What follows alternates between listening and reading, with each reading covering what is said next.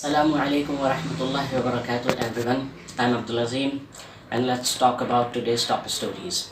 It's from Israel and Palestinian conflict. Qatar said, will not recognize Israel until Palestinian issue is resolved, said Qatar.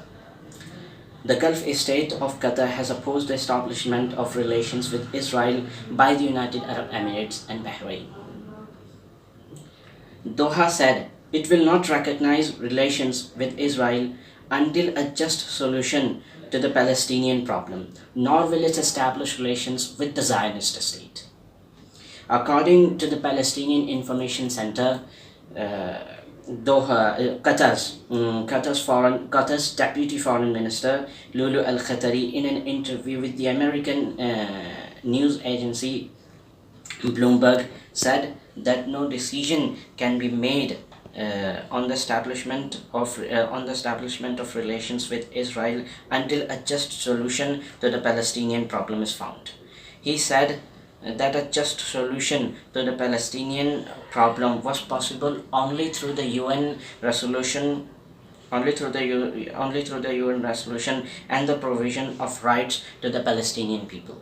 He added that in the current situation, the difficulties of the Palestinian peoples have increased. The entire Palestinian nation is under control of an occupying state of Israel. He said that any dispute with the Zionist state, which is a Palestinian conflict, and without a solution, relations with Tel Aviv could not be established. It may be recalled that the Emir of Qatar, Sheikh Tamim bin Hamid Al-Thani, had met Jared Krishna, an advisor of the President Donald Trump, of the U.S. President Donald Trump and his son-in-law. During the meeting, he made it clear to the U.S. government's advisor that he would not recognize Israel. He would not establish relations with Israel until the Palestinian issue is resolved.